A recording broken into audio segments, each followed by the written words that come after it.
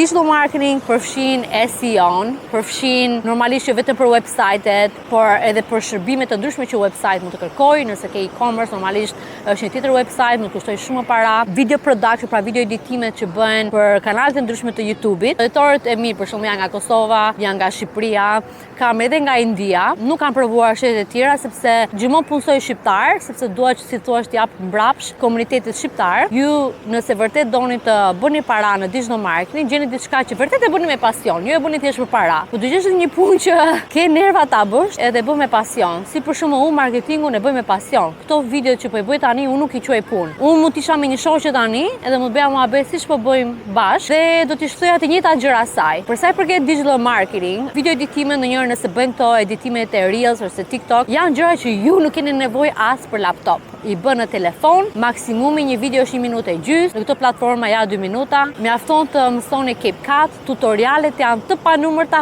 falas. Pra këto tutoriale juve mund të thjesht i ndiqni, mund të hapni YouTube-in, praktikoni dhe mund të mësoni si të editoni. Nëse unë për shkak një editor mund ta pagoj para, sikur 10 video të bëj ai editori në javë, ai prap bën shumë para në javë se ç'do bënte në Shqipëri për 1 muaj mos më shumë.